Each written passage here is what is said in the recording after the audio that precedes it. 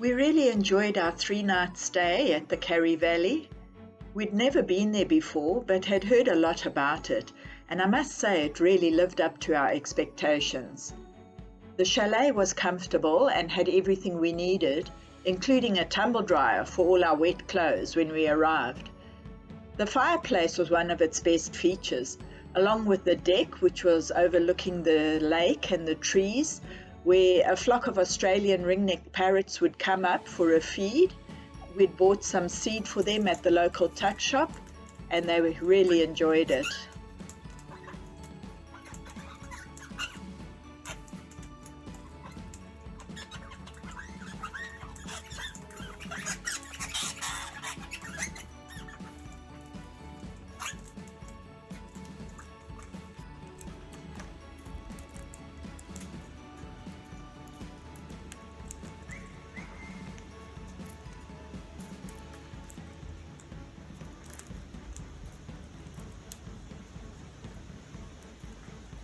There is so much to do at the resort, so of course we didn't get around to doing everything because with staying there 3 nights, we only had 2 full days. But we did take a nice long walk around the lake, through the Karri forests and up to the Beetle Falls. This walk around the lake was about 4.5 kilometers, and the first part of it was very steep, and it took you up to the walk-through tree.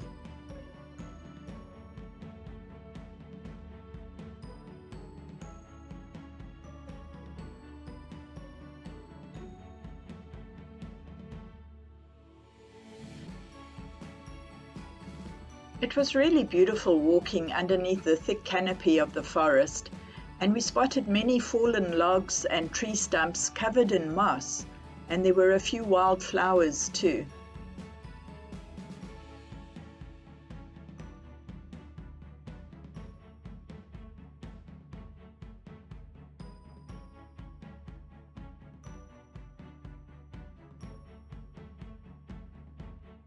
The Beetle Falls were not quite as spectacular as what we had expected them to be.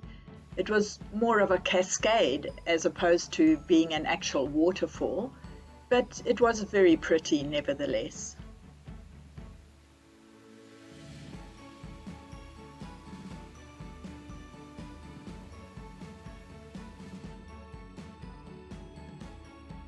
On the way back to the resort, we realized that this walk actually forms part of the Hamelin track. The Hamelin track is one of the world's greatest long-distance walking trails. It stretches 1,000 kilometers from Kalamunda, which is a suburb in the Perth Hills, to the historic town of Albany on the south coast. We had one delicious dinner at the lakeside restaurant, which has a stunning view over the lake. Fortunately, we'd booked a table in advance, so we got a great window seat. And once the sun went down, the view of the trees on the other side of the lake, which were lit up with floodlights, was just spectacular. We decided to try our hand at archery, which is something neither of us have ever done before, but we both thoroughly enjoyed it and did not do too badly, both managing to get a bullseye.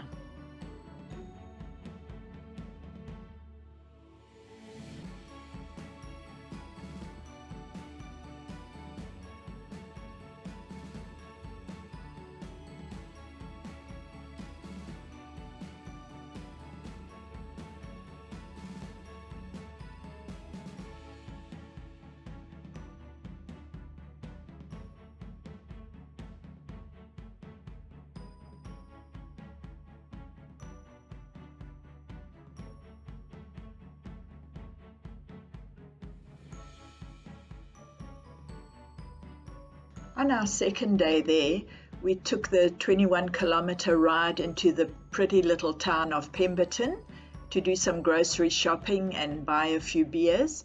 We also wanted to find out where to meet for the Donnelly River cruise, which was something we had booked online. But sadly, this river cruise never happened because they had overbooked for it, so they just refunded us our money. But we were a bit disappointed about that. We had lunch at a little cafe in the main street of Pemberton, and then bought some groceries at the only supermarket, which is the IGA there.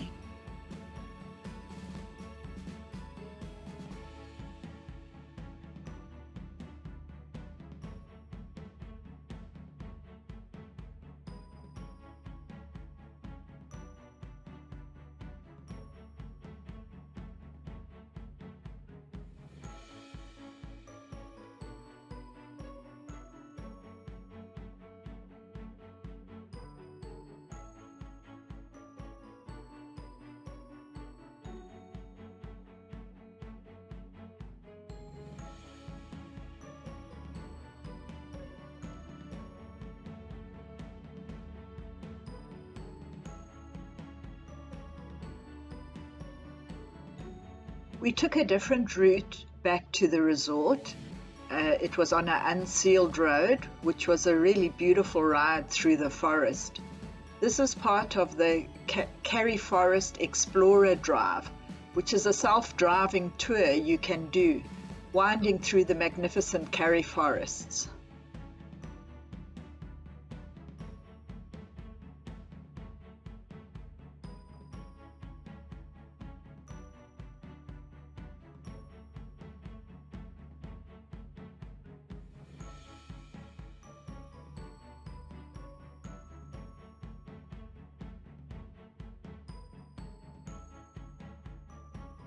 When we arrived back at the resort, I was again too nervous to ride my bike up to the chalet with all the steep, sharp turns required, so I left it parked at the bottom of the hill, and Phillip brought it up to the chalet for me. It made me feel a bit better for being so nervous when he dropped the bike while taking the sharp turn into the driveway of the chalet. It's a pity I wasn't recording it, but I did manage to get 2 photos of him picking the bike up.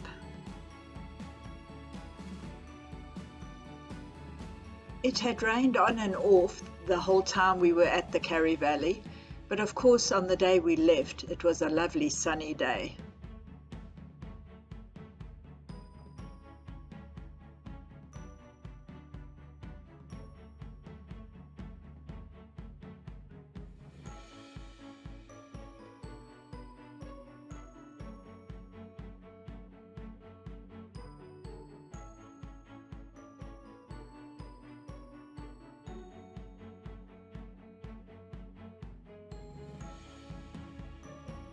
On day 14 of our trip, we left the Karri Valley Resort, and of course our first stop was just to hand back the keys at the reception belonging to the resort, and then we did the hour's drive. It was about 95 kilometers from there to Hamelin Bay.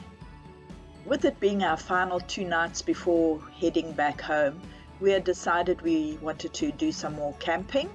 So we booked 2 nights at the caravan park right at Hamelin Bay.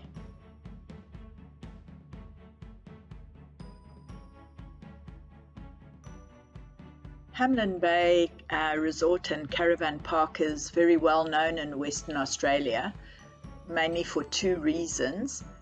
The first one being because of the stunning coastline there. It's really a beautiful bay.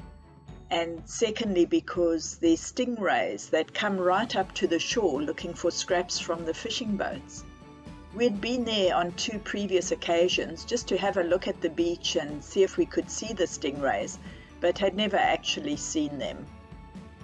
So this was part of our motivation for wanting to stay there.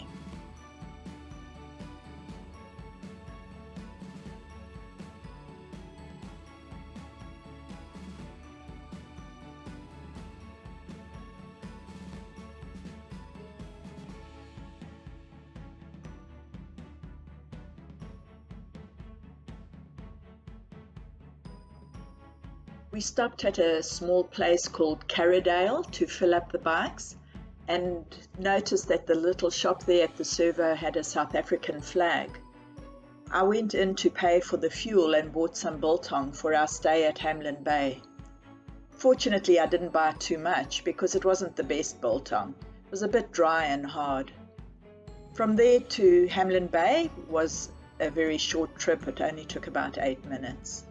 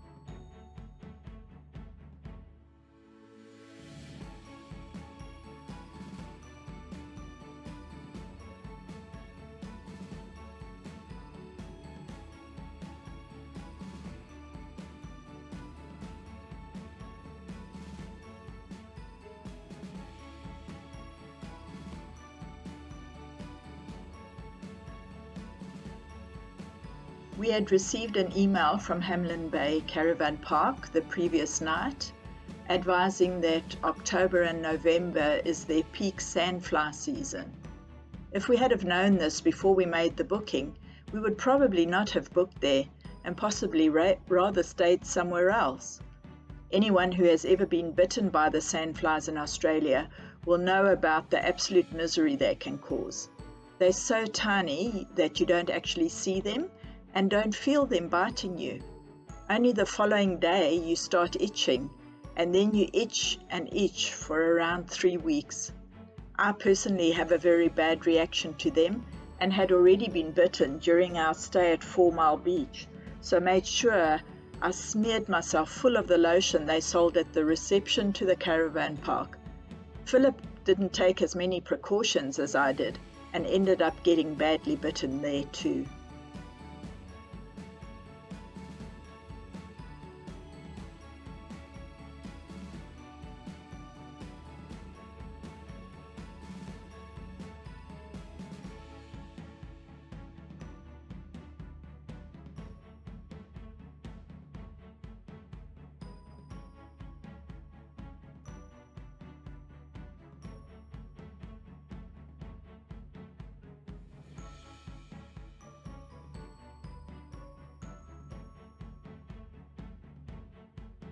We battled to find our campsite number, finally realizing that the 3 numbers were written on a green post and our one was hidden behind some shrubs, with our number being on the back part of it. I made a second trip around to look for the number, mainly because I didn't want to do a U-turn there, but by the time I got around, Phillip had already discovered our number and was off his bike and showed me where to park. The only thing we used the power for at this campsite was to charge our phones and helmet intercoms.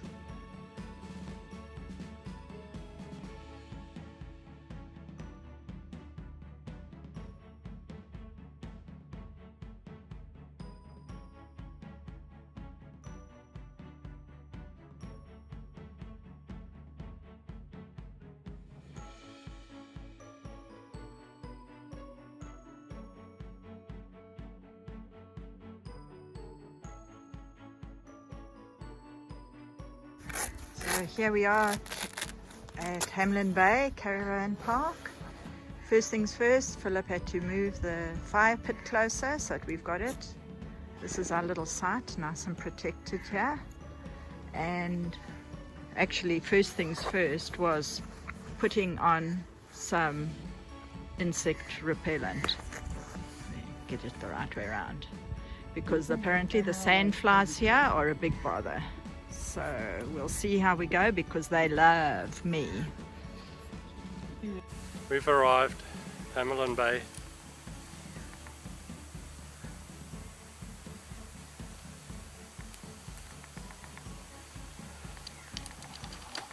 Let's see if we can set up the tent in a record time.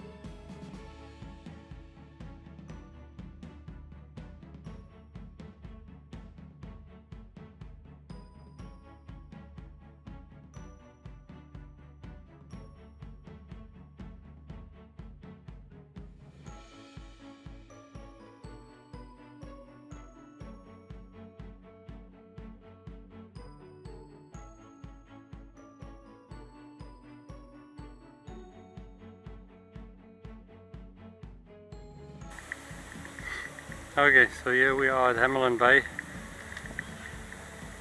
Madam Edna is just getting the sandfly lotion liberally applied all over, just in case. They are a pest. Not too many people here yet. I hope it stays that way. Nice spot we have. And we are comfortable. It's nice and warm for a change, so it's great. I'd even get to swim in the sea. Yeah, we're definitely going to have a look at the sea now. The camp kitchen was great with a gas barbecue, and we made use of this on the first night. The bathrooms were also well maintained, and there was interesting artwork in the ablutions. There was also a large fridge there which we made use of to keep our beer and a few other items cold.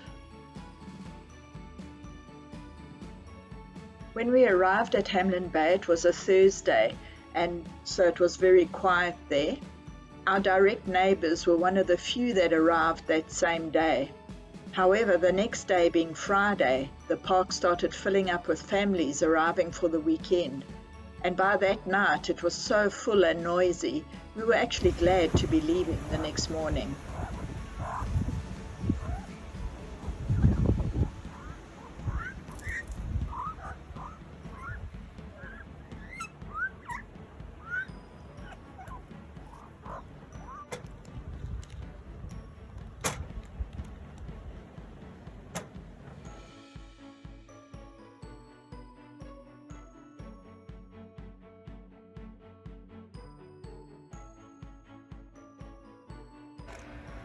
What do you want?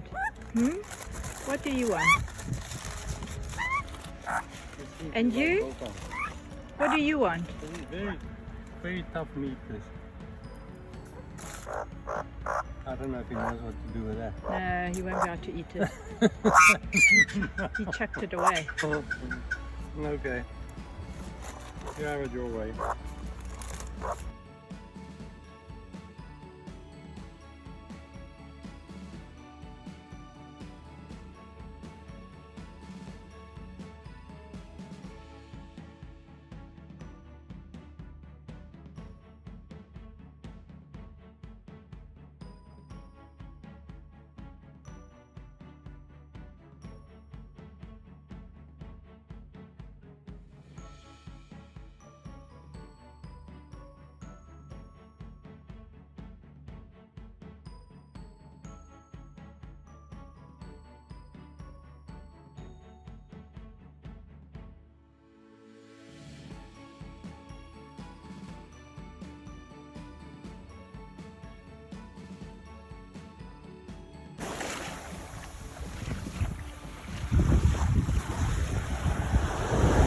The ocean is flat when you can skim stones on it,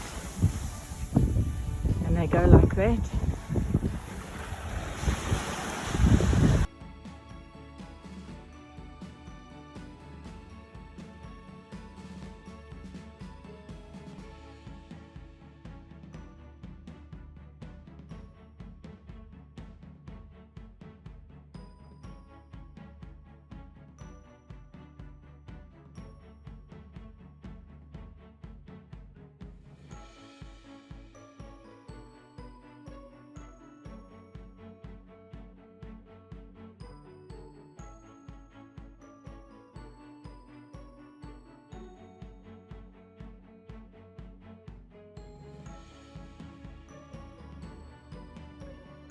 On the Thursday and also Friday morning, we'd been to the beach quite a few times and gone for swims and walks up and down, however did not catch sight of any stingrays at all.